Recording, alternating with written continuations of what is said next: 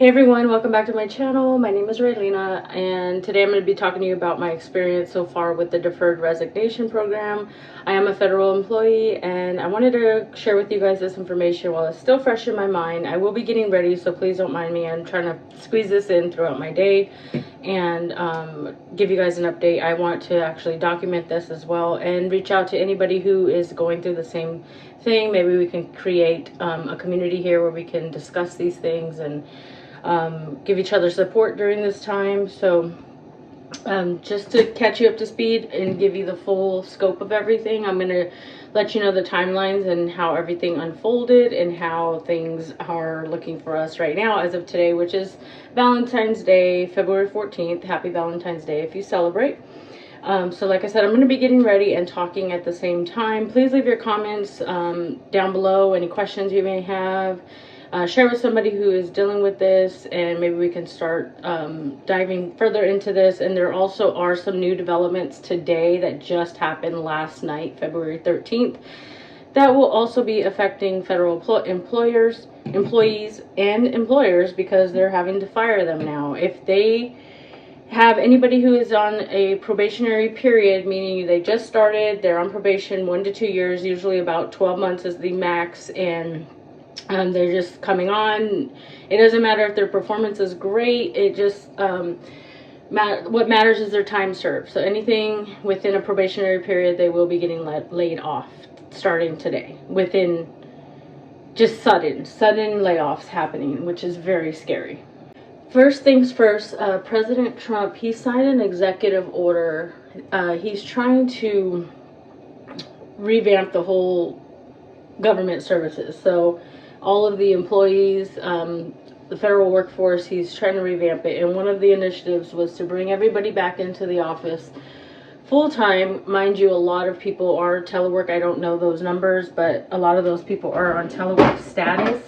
So they have shaped their lives around that. Some of them don't even work close to a home base. I live 61 miles from mine. I've been on telework status for all this time that I've been employed, the 4.5 years.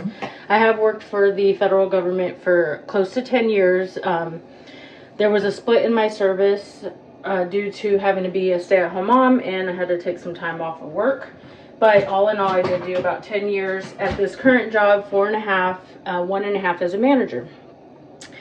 So I am in the supervisor position within the federal government. I work for an agency that provides community services to the Marine Corps and, sailors and anybody who's on any of the military bases that we service. A lot of our programs do enhance the quality of life of our service members, and it also provides services and things that they need while they're stationed here for them, their family, their children. A lot of it is services that they need to help them through challenges and things like that. So that is the type of agency I work for.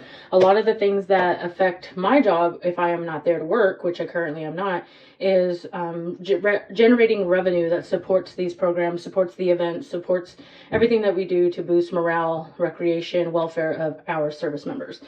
So that is what I do, and that's what's being jeopardized right now. So to start, once President Trump signed that executive order, then everybody on the 28th was mandated by OPM, which is the Office of Personnel Management, who runs the federal workforce, and they told them that they need to go ahead and bring everybody back into the office, and if they cannot come in, they're offering a deferred resignation program, encouraging employees to resign if they cannot come into the office to help restructure the federal workforce. With my situation, I made the determination that I am not able to do that. Yes, I could make provisions, I could change things. It would be very strenuous, very difficult, cost more than I make. I don't make a whole lot there. Just because we're federal employees doesn't mean we get top of the line pay. Actually, we don't get a whole lot of pay. They compensate with benefits, which is great. The benefits are great. One of the few that still have pensions, and so I take that into consideration too when I was thinking about, was it going to be worth it to leave my job. January 30th, I made the decision. We had until February 6th to make the decision if we wanted to apply for the deferred resignation program. We were told on I got word on the 29th of January. came through an email. I made my decision the next day. I applied for it. The situation does get a little more complicated for a separate situation outside of the executive order, which I talk about more on my membership only, just because I do get very personal and what is happening to me specifically outside of this. So if that is anything you want to hear about or relate to on being mistreated and discriminated on and mishandled, misrepresented, all types of stuff happening right now, that is rolled into this, right? I have two things working against me at the exact same time, which is crazy. But for this video, I'm going to stick to the deferred resignation program and let you guys know how that is going.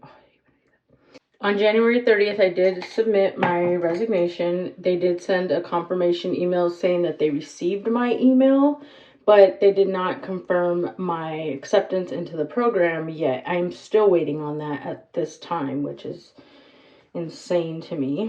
What they did as well during this time that we were waiting is a judge out of Massachusetts, he's halted the whole thing because they were basically trying to fight the fact that they don't have the appropriated funds to pay individuals for the 8 months that they were talking about doing it. So they were trying to put a halt to it until they can come out with a better conclusion. In that process, they did not come to a better conclusion.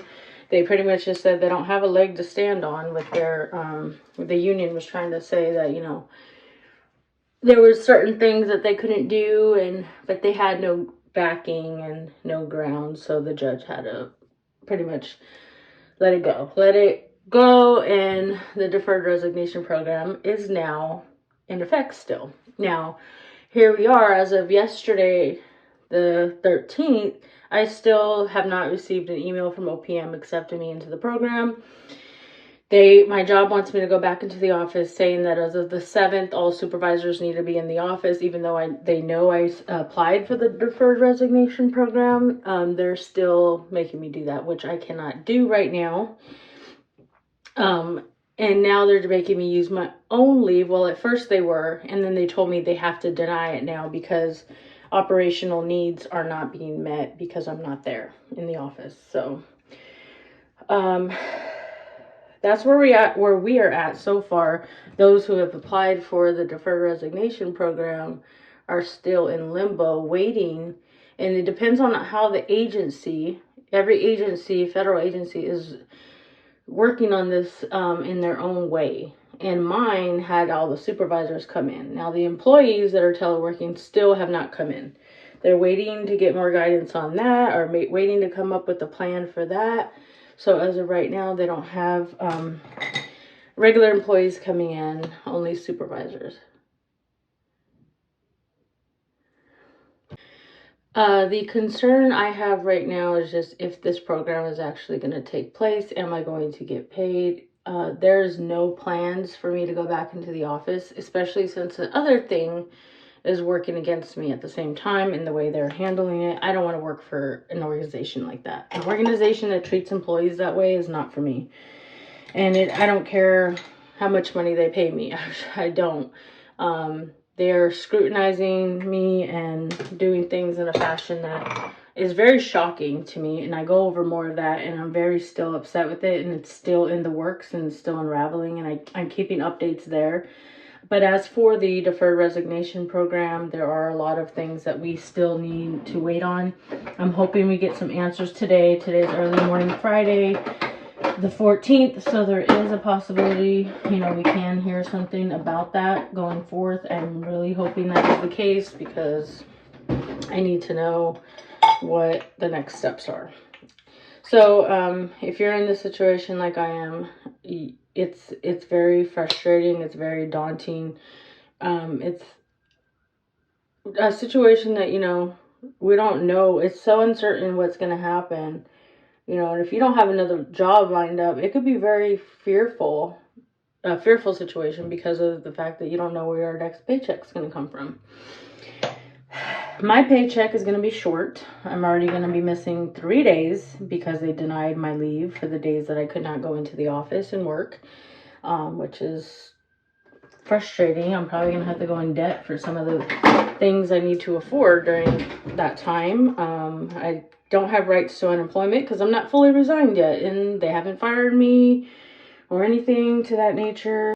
As far as my HR office goes, they're pretty much in the dark as well. They're trying to help me, but they're very limited on what they can do, and the way they structured it kind of shoots people like me in the foot that cannot go to work, and we're still waiting on confirmation of the Deferred Resignation program, and that's where we're sitting. We're sitting, waiting patiently. Can't really reach out to anybody, can't find answers from anybody. OPM is nearly impossible to reach, nearly impossible. I've tried calling, I've tried emailing to get an update on, you know, when I can hear something. I would just like a timeline so I can give even my job, and now it puts my agency or my department in a strain, which, sorry to say it, but you know, the way they're treating me, it's like I can't even care about that right now. Normally that would be one of my main concerns, but right now I'm just feeling pushed out. Like they're using this time to push me out, although I have no valid reason to be put in this situation, and they know my living situation. I've had long-term relationships with these people, thinking we had good working relationships, and outside of work, we're from small towns, so you know, we respect each other and we care about each other. At least that's what I thought. So this situation makes it feel like it's not like that. But back to the Deferred Resignation program, that's what's happening for federal employees. If you're within your 1 year, they are going to fire you. There's no exceptions that I can see right now, that I looked into all the news sources, all the things that I researched, and unfortunately, that is going to affect a lot of services that are provided by the federal government. And I think a lot of people think federal government employees are like a whole different type of race of people almost, it seems like, but we're not. We're regular people. Regular people that just happen to work really hard to get that job, and you know, take a lot of pride in working for the federal government. Our services matter, and they make a huge difference in people's lives, and that's what we're here for. That's why I stayed for so long. You know, that was my drive every day. I want to get up and I want to be able to support our military service members and give them the services and events and all the resources that they need as much as I can. And my job was working with large companies who also wanted to support the military and give their hard-earned dollars to support them by sponsoring, by doing advertising on the base, just so many different things that they would do that would put money into this big pot that we use to then dump into resources, programs, services, materials that we needed for things that we did. You know, if there's pantries and stuff like that, we did a lot of that stuff. So that's the frustrating part right now, is he's not realizing these cuts are affecting people's lives. The livelihood is being affected. And that's what is frustrating. He's not even taking time to think about individuals that this is affecting and giving them time. You know what I mean? I think if you're going to get rid of the people that are on probation, you should give them time, at least a few months, to figure out what they're going to do for their family. You know, what they're going to do to live, to survive, to eat. Anything, you know, there's no support really. They can go get unemployment, but do you guys know unemployment hardly pays anything? I mean, the economy the way it is right now, it's not gonna help you supplement your income. It's just not. I don't know where people get that. And then reading a lot of the comments is really sad. It's like they want government employees to be unemployed. I don't think they understand who we are, who government employees are.